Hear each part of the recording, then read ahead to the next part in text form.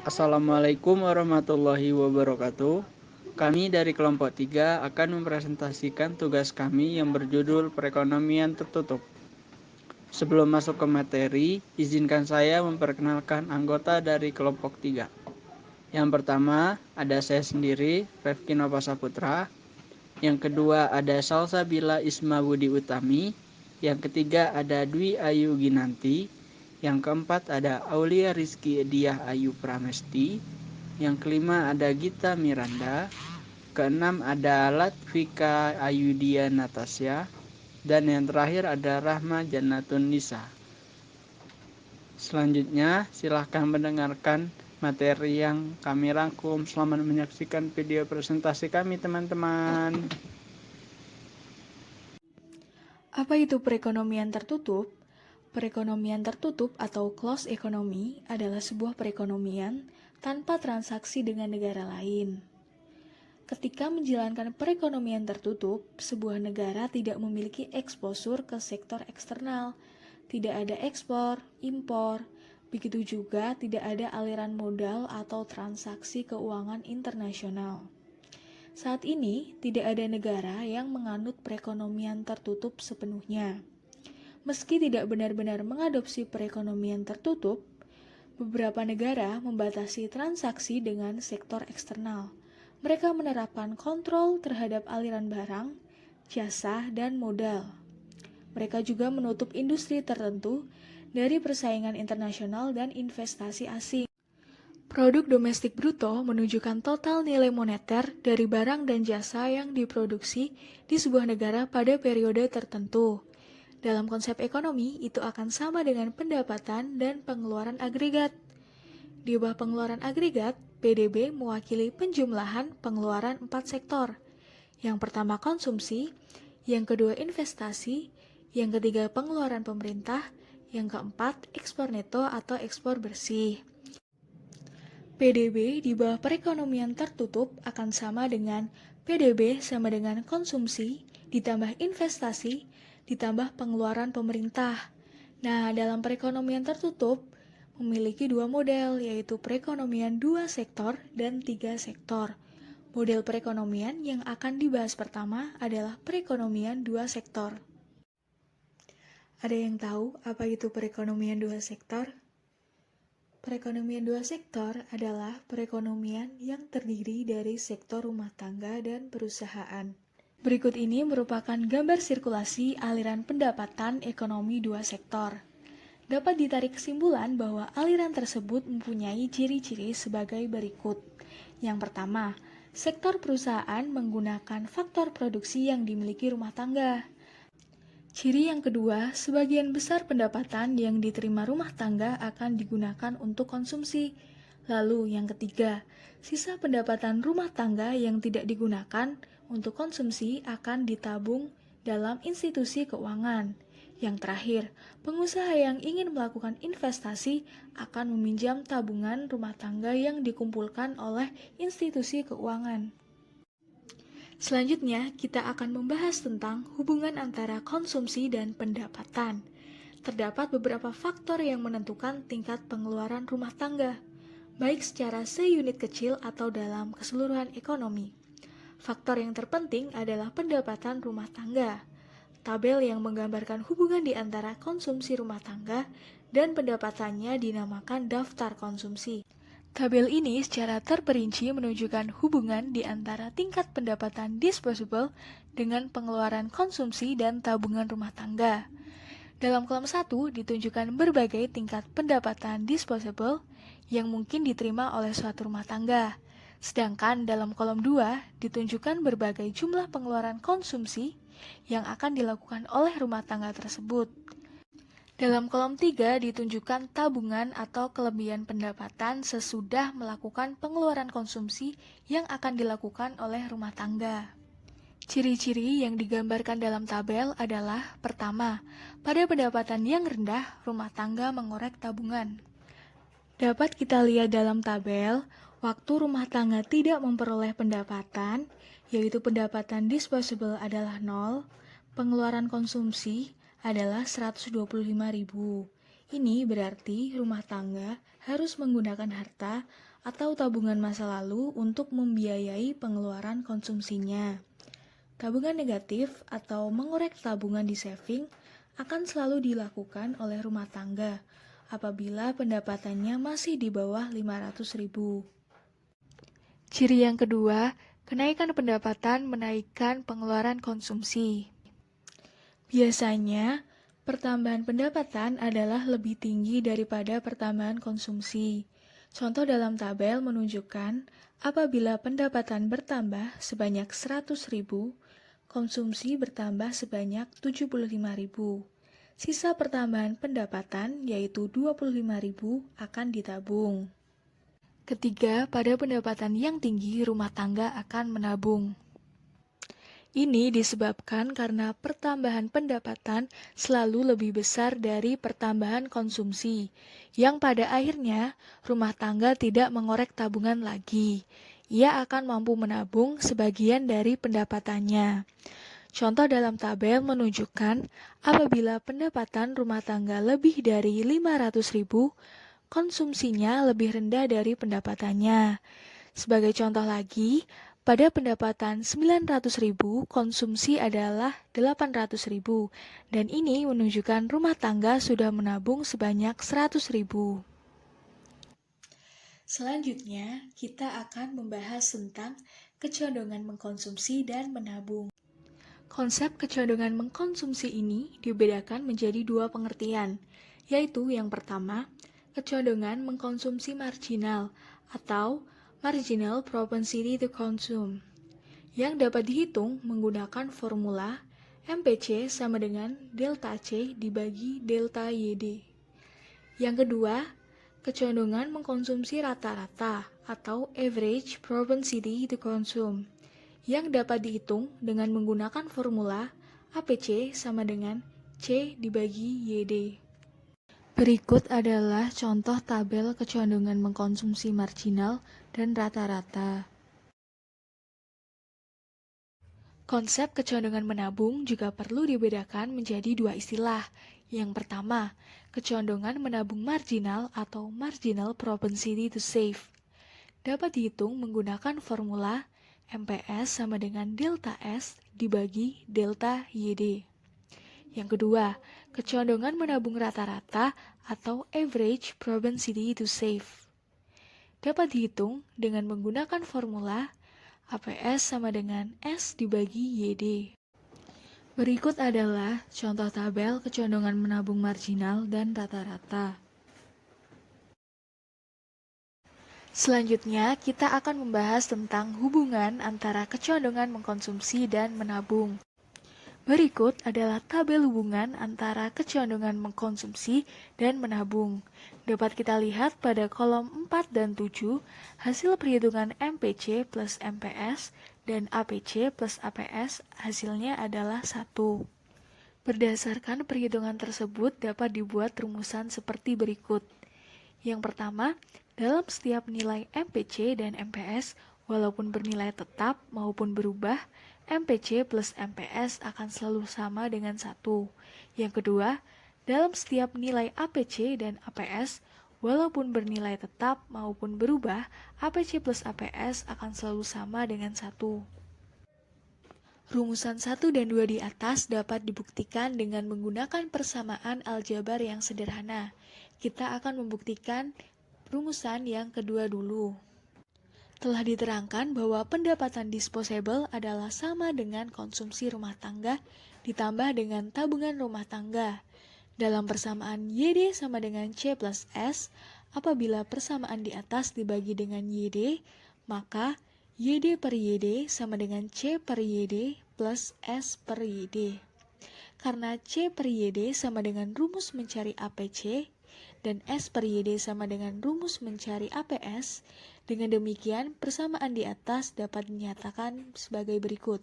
1 sama dengan APC plus APS. Selanjutnya kita akan membuktikan rumusan yang pertama.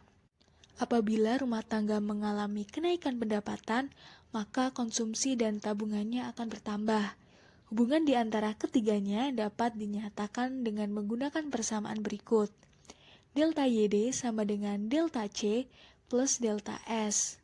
Apabila masing-masing komponen dari persamaan di atas dibagi oleh delta YD, maka delta YD per delta YD sama dengan delta C per delta YD plus delta S per delta YD.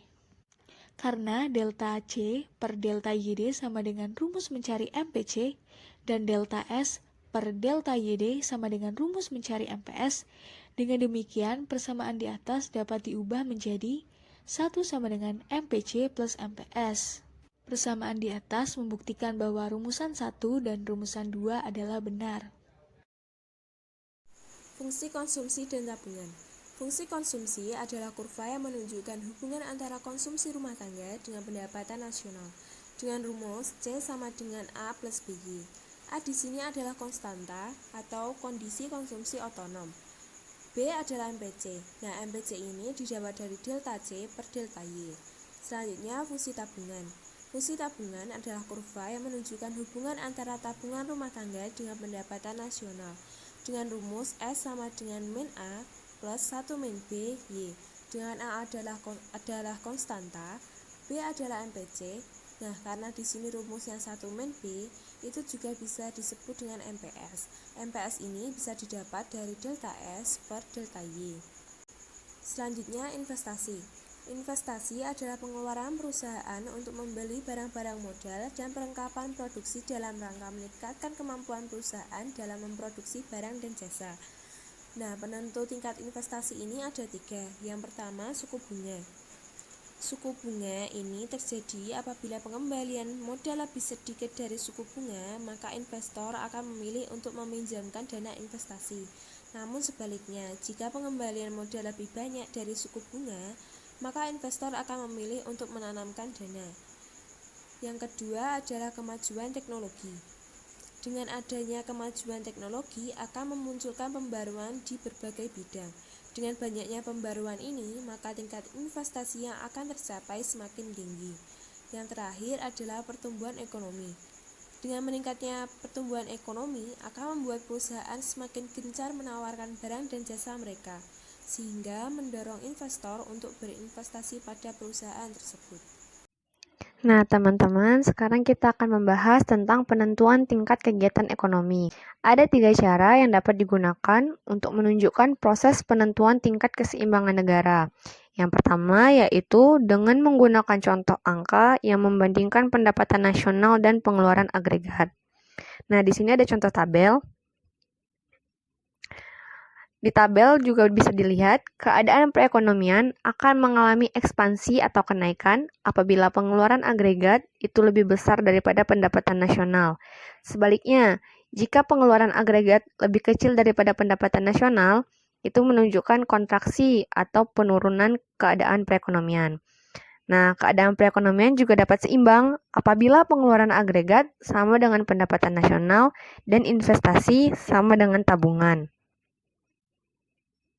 Dalam perekonomian 2 sektor, keseimbangan perekonomian negara tercapai apabila yang pertama, Y sama dengan C ditambah I, yaitu pendapatan nasional sama dengan konsumsi tambah investasi. Pada kesamaan ini, pengeluaran agregat yaitu C ditambah I sama dengan penawaran agregat yaitu Y. Yang kedua, yaitu I sama dengan S, yaitu investasi sama dengan tabungan. Yang kedua yaitu dengan menggunakan grafik yang menunjukkan A. Kesamaan pengeluaran agregat dengan penawaran agregat, dan B. Kesamaan di antara investasi dan tabungan. Nah, kita bahas yang A dulu, yaitu pendekatan pengeluaran agregat, penawaran agregat. Nah, di sini ada contoh grafik. Fungsi C tambah I dalam grafik tersebut menggambarkan pengeluaran agregat. Sedangkan fungsi C itu digambarkan angka-angka pengeluaran konsumsi dari tabel sebelumnya. Nah, besarnya pengeluaran agregat itu ditunjukkan pada sumbu tegak, sedangkan pada sumbu datar itu menunjukkan nilai pendapatan nasional. Garis Y sama dengan AE pada grafik tersebut merupakan tempat kedudukan di mana tingkat keseimbangan perekonomian negara akan tercapai. Nah, titik E pada grafik tersebut menunjukkan kedudukan di mana tingkat keseimbangan perekonomian negara tercapai. Sekarang kita lanjut ke yang B, yaitu pendekatan suntikan bocoran. Nah, di sini ada contoh grafik. Nilai-nilai investasi dan tabungan itu ditunjukkan pada sumbu tegak, sedangkan sumbu datar itu menunjukkan pendapatan nasional. Nah, tempat kedudukan dari keseimbangan perekonomian negara ditentukan oleh titik perpotongan fungsi S dan fungsi I, yaitu pada titik E. Nah, diketahui bahwa pengeluaran agregat sama dengan konsumsi tambah investasi, atau AE sama dengan C ditambah I, dan pendapatan nasional sama dengan konsumsi tambah tabungan. Dan dalam keseimbangan pendapatan nasional, Y sama dengan AE atau C ditambah S sama dengan C ditambah I atau S sama dengan I. Nah, cara yang ketiga yaitu dengan menggunakan cara penentuan secara aljabar. Di sini ada contoh soal. Fungsi konsumsi rumah tangga adalah C sama dengan 90 ditambah 0,75Y. Sedangkan fungsi investasi adalah I sama dengan 120. Maka tingkat pendapatan nasional pada keseimbangan adalah, nah yang pertama kita menggunakan persamaan Y sama dengan C ditambah I. Nah sekarang kita masukin ke rumus ya teman-teman. Y sama dengan C ditambah I, Y sama dengan 90 ditambah 0,75Y ditambah 120. Y dikurang 0,75Y sama dengan 210. 0,25Y sama dengan 210. Y sama dengan 210 dibagi 0,25. Y sama dengan 840. Nah, sekarang kita gunain cara yang kedua yaitu persamaan S sama dengan I. S sama dengan I min 90 ditambah 0,25Y sama dengan 120. 0,25Y sama dengan 210. Y sama dengan 210 dibagi 0,25. Y sama dengan 840. Nah, selanjutnya kita akan membahas tentang perubahan keseimbangan dan multiplier. Nah, dalam perekonomian dua sektor, penyebab utama terjadinya perubahan disebabkan karena perubahan investasi. Analisis mengenai multiplier ini bertujuan untuk menerangkan pengaruh dari kenaikan atau kemerosotan dalam pengeluaran agregat ke atas tingkat keseimbangan dan terutama ke atas tingkat pendapatan nasional. Proses multiplier ini berlaku sebagai akibat perubahan dalam pembelanjaan agregat. Peristiwa yang menimbulkan proses multiplier ini contohnya para pengusaha yang meminjam dari bank umum untuk membiayai perluasan kegiatan perusahaan yang berupa menambah tingkat produksi. Nah, dimisalkan nih pengusaha meminjam ke banknya itu sebesar 10 miliar. Nah, seluruh uangnya itu akan dibelanjakan untuk perluasan kegiatan perusahaan. Hal itu akan membuat pendapatan nasional juga akan bertambah sebesar 10 miliar. Pertambahan pendapatan nasional yang terjadi tersebut akan berhenti sampai di sini saja. Dengan terjadinya pertambahan dalam pendapatan nasional tersebut, maka dengan sendirinya pendapatan masyarakat akan bertambah pula. Dan pertambahan ini akan menimbulkan pertambahan baru dalam konsumsi rumah tangga yang selanjutnya akan menimbulkan lagi pertambahan dalam pendapatan nasional. Nah, di sini ada gambar proses multiplier pada grafik. Dalam gambaran tersebut, dimisalkan pada mulanya pengeluaran agregat adalah pada tingkat seperti yang digambarkan oleh AE0 sama dengan C ditambah I. Tingkat keseimbangan perekonomian negara dicapai di titik E, dan oleh karenanya pendapatan nasional mencapai Y. Kenaikan pengeluaran agregat karena pertambahan investasi ditunjukkan dengan fungsi AE1 sama dengan C ditambah I1. Nilai multiplier menggambarkan perbandingan di antara jumlah pertambahan atau pengurangan dalam pendapatan nasional dengan jumlah pertambahan atau pengurangan dalam pengeluaran agregat yang telah menimbulkan perubahan dalam pendapatan nasional tersebut. Nah, di sini ada contoh gambar proses multiplier dalam angka. Nah, dalam gambar ini dimisalkan pada mulanya para pengusaha menambah investasi sebesar 20 triliun dan MPC-nya adalah 0,75. Tambahan investasi sebesar 20 triliun pada permulaannya akan menaikkan pendapatan nasional dan pendapatan rumah tangga sebanyak 20 triliun juga. Hal itu juga menyebabkan kenaikan konsumsi sebesar 15 triliun dan tabungan sebanyak 5 triliun. Kenaikan ini akan menimbulkan proses multiplier untuk tahap selanjutnya. Rumus multiplier itu ada segitiga Y sama dengan 1/1 dikurang MPC dikali segitiga I, atau segitiga Y sama dengan I per MPS dikali segitiga I. Nah, di sini ada contoh soal. Kenaikan investasi bernilai 20 triliun ke atas keseimbangan pendapatan nasional. Pada mulanya, fungsi konsumsi adalah C sama dengan 90 ditambah 0,75Y dan I sama dengan 120. Kenaikan investasi sebanyak 20 triliun menyebabkan tingkat investasi yang baru adalah I1 sama dengan 120 ditambah 20 sama dengan 140. Maka pada tingkat keseimbangan yang baru, pendapatan nasional adalah, kita akan menggunakan cara yang pertama, yaitu Y1 sama dengan C ditambah I1. Y1 sama dengan 90 ditambah 0,75 Y1 ditambah 140. 0,25 Y1 sama dengan 230. Y1 sama dengan 920. Cara yang kedua adalah dengan menambahkan pertambahan pendapatan nasional sebagai akibat pertambahan investasi kepada pendapatan nasional yang asal. Rumusnya, segitiga Y sama dengan 1/1 dikurang MPC dikali segitiga I. Segitiga Y sama dengan 1/1 dikurang 0,75 dikali 20.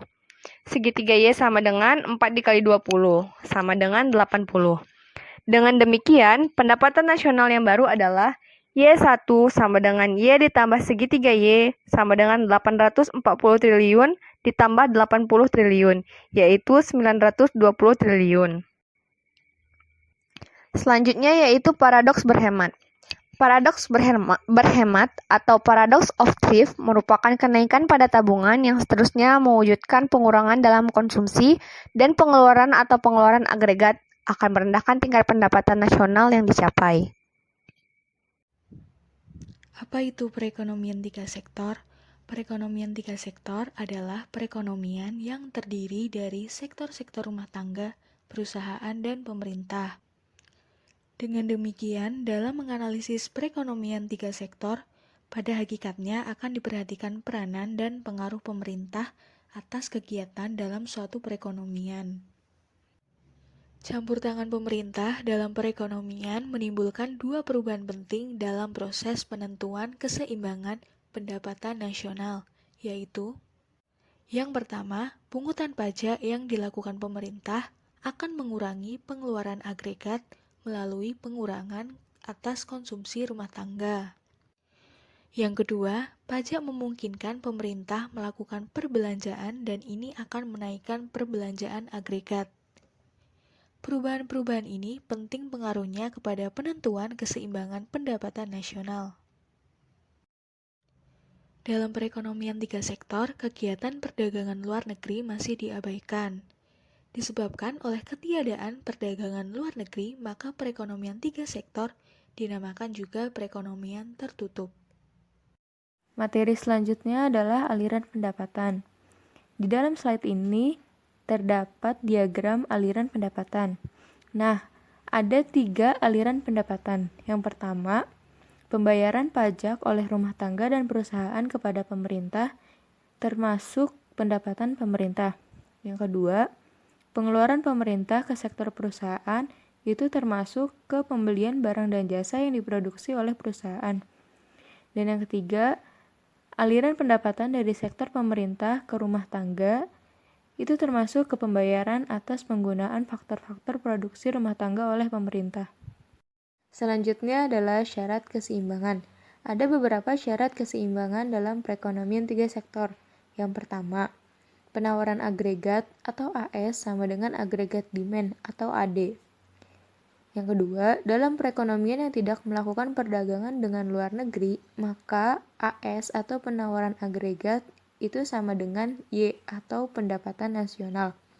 Sehingga pada keseimbangan pendapatan nasional berlaku persamaan C ditambah I ditambah G sama dengan C ditambah S ditambah T.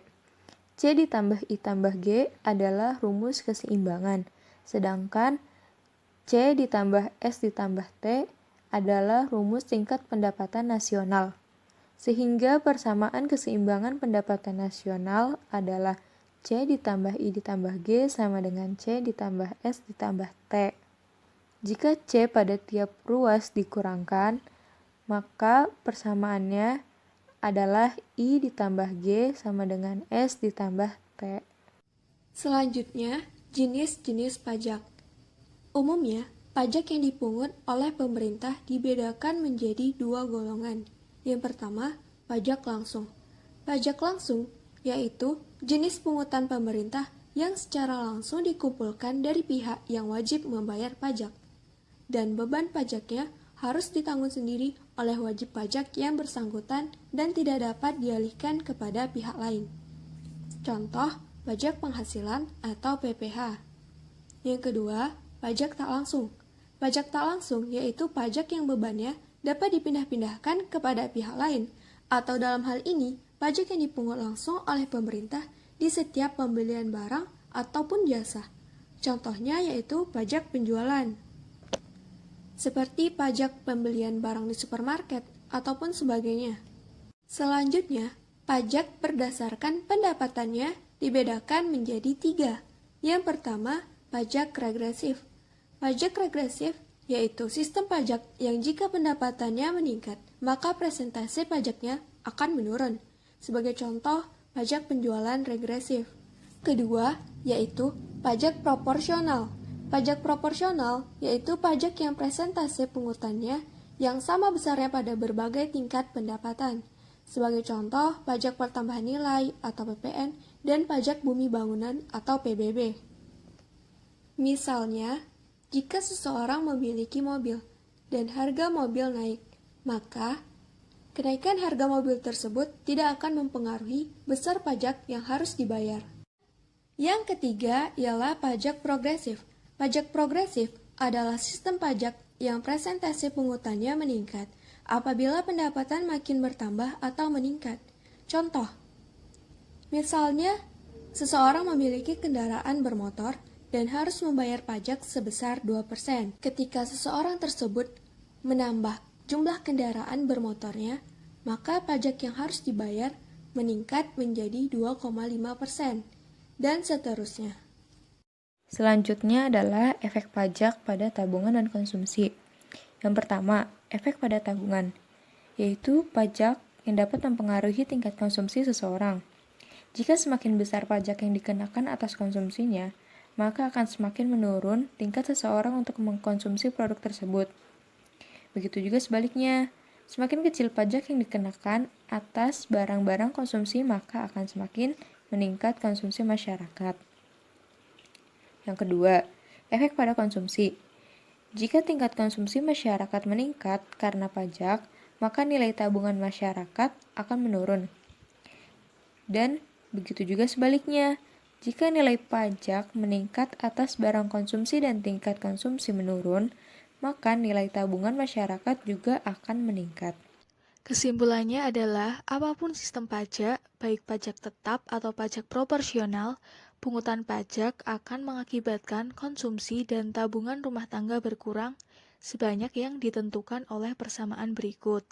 Delta C sama dengan MPC dikali T, dan delta S sama dengan MPS dikali T. Pengeluaran pemerintah. Pajak yang diterima pemerintah akan digunakan untuk membiayai berbagai kegiatan pemerintah. Di negara-negara maju itu, pajak adalah sumber utama dari perbelanjaan pemerintah. Lalu sebagian dari pengeluaran pemerintah adalah untuk membiayai administrasi pemerintah dan kegiatan pembangunan. Contohnya, membayar gaji pegawai-pegawai pemerintah, membiayai sistem pendidikan dan kesehatan masyarakat, membiayai perbelanjaan untuk angkatan bersenjata, dan membiayai infrastruktur yang penting. Ada penentu-penentu pengeluaran pemerintah. Jumlah pengeluaran pemerintah yang akan dilakukan dalam satu periode tertentu tergantung kepada banyak faktor, yaitu yang pertama proyeksi jumlah pajak yang diterima, yang kedua tujuan ekonomi yang ingin dicapai, yang tiga pertimbangan politik. Dalam proyeksi jumlah pajak diterima itu salah satu faktor pentingnya menentukan besarnya pengeluaran pemerintah. Jadi dalam menyusun anggaran pemerintah harus menyusun terlebih dahulu proyeksi. Untuk makin banyak jumlah pajak yang dikumpulkan, makin banyak pula perbelanjaan pemerintah yang dilakukan. Yang kedua itu tujuan ekonomi yang ingin dicapai. Beberapa tujuan pentingnya itu yang pertama mengatasi masalah pengangguran.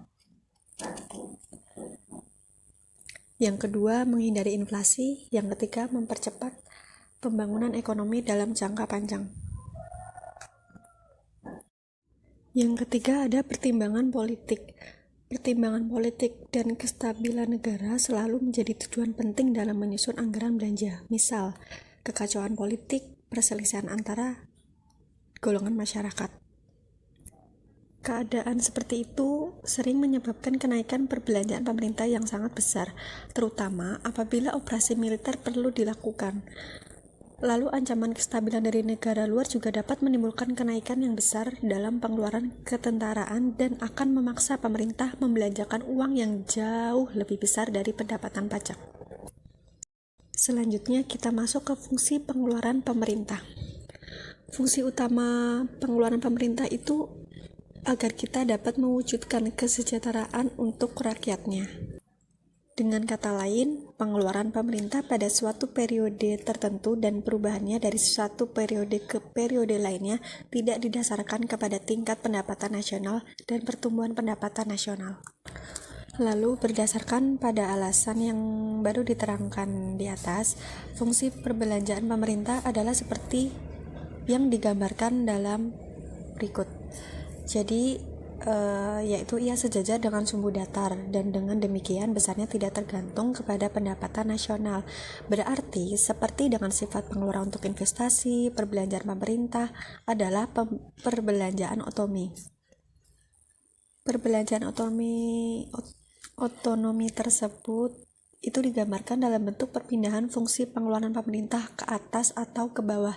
Sebagai contoh, misal dalam suatu periode tertentu, pengeluaran pemerintah adalah sebanyak G rupiah, maka dalam grafik fungsi pengeluaran pemerintah adalah seperti ditunjukkan oleh fungsi G. Keseimbangan dalam perekonomian tiga sektor. Uraian mengenai keseimbangan pendapatan nasional dalam perekonomian tiga sektor akan dibedakan dalam dua keadaan, yaitu 1. Dalam perekonomian di mana sistem pajaknya adalah sistem pajak tetap. 2. Dalam perekonomian di mana sistem pajaknya adalah pajak proporsional. Untuk setiap keadaan tiga pendekatan penentuan keseimbangan pendapatan nasional akan diterangkan dengan menggunakan contoh angka secara grafik dan dengan analisis secara aljabar. Pajak tetap dan keseimbangan pendapatan.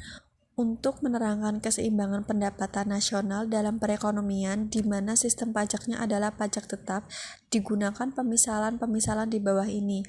Yang pertama, jumlah pajak dan sifat hubungan di antara pendapatan nasional konsumsi dan tabungan adalah seperti dalam bagian 2. Dengan demikian, fungsi konsumsi adalah C sama dengan 60 ditambah 0,75Y, itu adalah fungsi konsumsi sesudah pajak, dan fungsi tabungannya adalah S ditambah negatif 100 ditambah 0,25Y. Pajak adalah T sama dengan 40. Yang kedua, investasi sektor perusahaan adalah I sama dengan 120 triliun rupiah dan pengeluaran pemerintah adalah G sama dengan 60 triliun rupiah. Dengan pemisalan di atas, dapatlah ditunjukkan keseimbangan pendapatan nasional dalam perekonomian tiga sektor. Yang pertama ada keseimbangan secara angka. Dalam keseimbangan ini, keinginan perusahaan untuk memproduksi barang dan jasa ditunjukkan oleh nilai Y adalah sesuai atau sama dengan perbelanjaan yang akan dilakukan di dalam ekonomi, yaitu oleh rumah tangga, para penanam modal, dan pemerintah. yaitu ditunjukkan oleh AE. Apabila penawaran agregat adalah sama dengan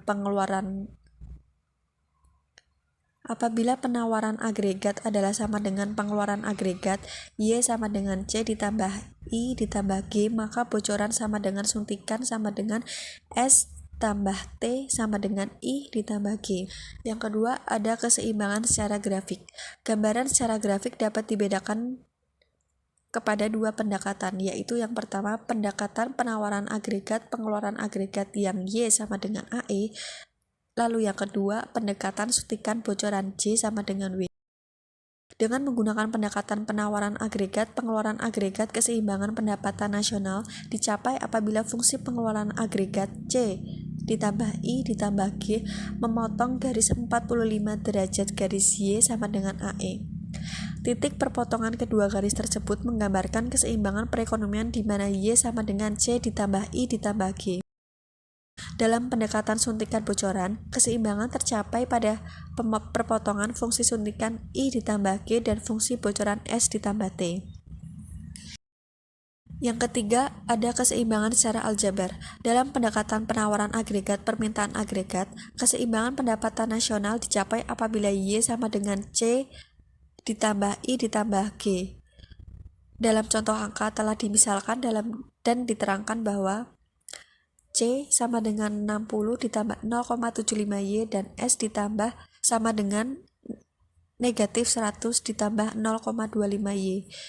Lalu I sama dengan 120 dan G sama dengan 60.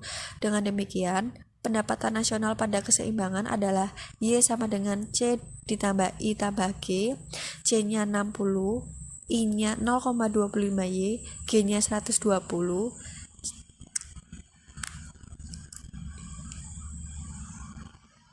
Y-nya adalah 0,25. Y sama dengan 240. Lalu Y ketemu 240 dibagi 0,25 yaitu 960.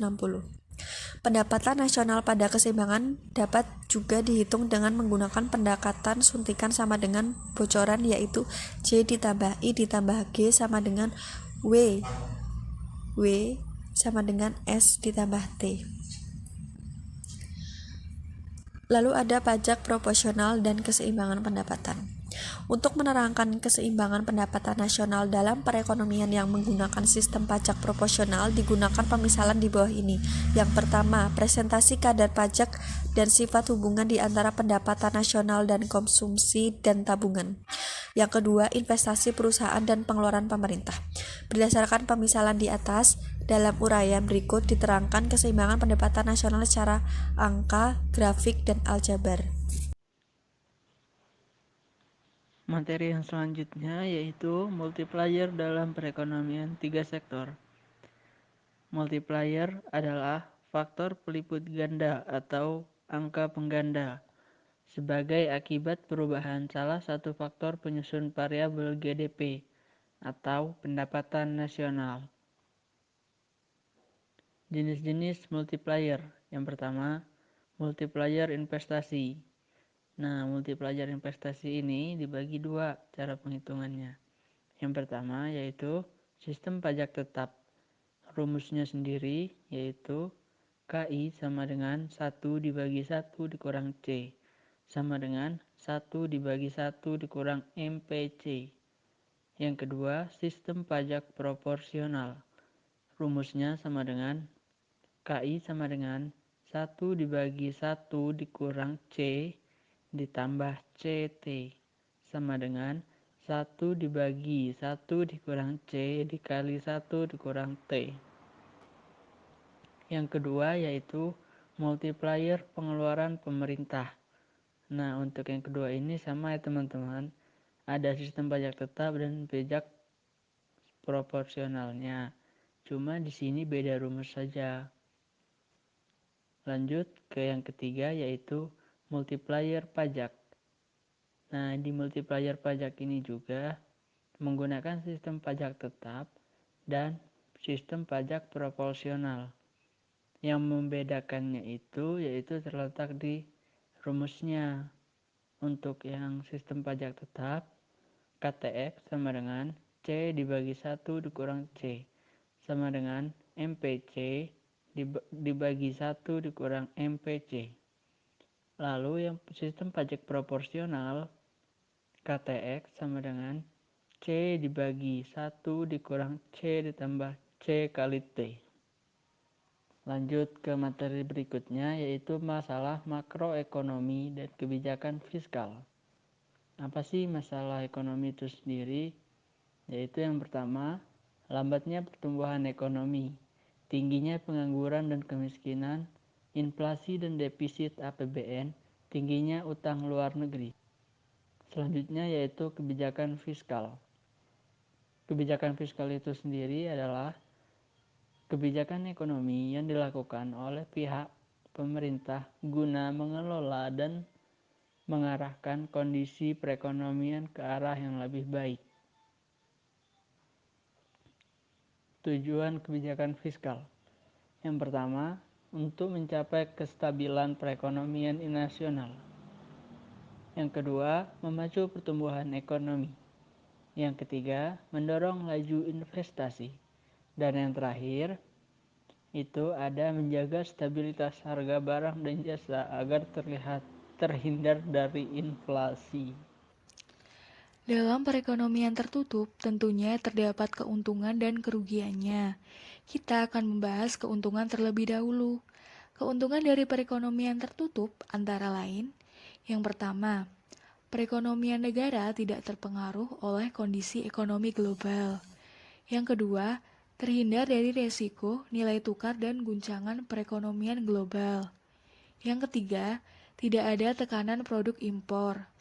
Yang keempat, menjadi negara dengan sistem perekonomian yang mandiri. Perekonomian tertutup juga memiliki dampak kerugian atau kelemahan. Apa sih kerugian yang disebabkan dari perekonomian tertutup? Yang pertama, pertumbuhan terbatas. Karena kurangnya sumber daya domestik berupa faktor produksi dan modal keuangan. Hal ini akan menghambat faktor produksi dan membatasi perekonomian untuk berkembang. Yang kedua, dikucilkan dari pergaulan internasional. Perdagangan internasional muncul karena negara-negara saling membutuhkan. Jika hal ini tidak ada, negara tersebut dianggap tidak membutuhkan negara lain. Yang ketiga, masyarakat tidak memiliki kebebasan dalam memilih sumber daya karena lebih sedikit variasi produk, dan pasokan hanya berasal dari produksi domestik saja. Yang keempat, semua barang yang dibutuhkan harus diproduksi terlepas dari apakah ekonomi memiliki faktor produksi yang diperlukan. Hal ini dapat mengakibatkan inefisiensi yang dapat menaikkan biaya produksi dan mengakibatkan peningkatan harga yang harus dibayar oleh konsumen. Yang kelima, sering terjadi monopoli yang merugikan masyarakat. Yang keenam, mudahnya terjadi kelangkaan barang. Dan yang terakhir, mudah tertinggal dari kemajuan negara lain. Sekian penjelasan mengenai perekonomian tertutup dari kelompok 3. Apabila teman-teman ingin bertanya atau menambahkan, kami persilahkan. Terima kasih.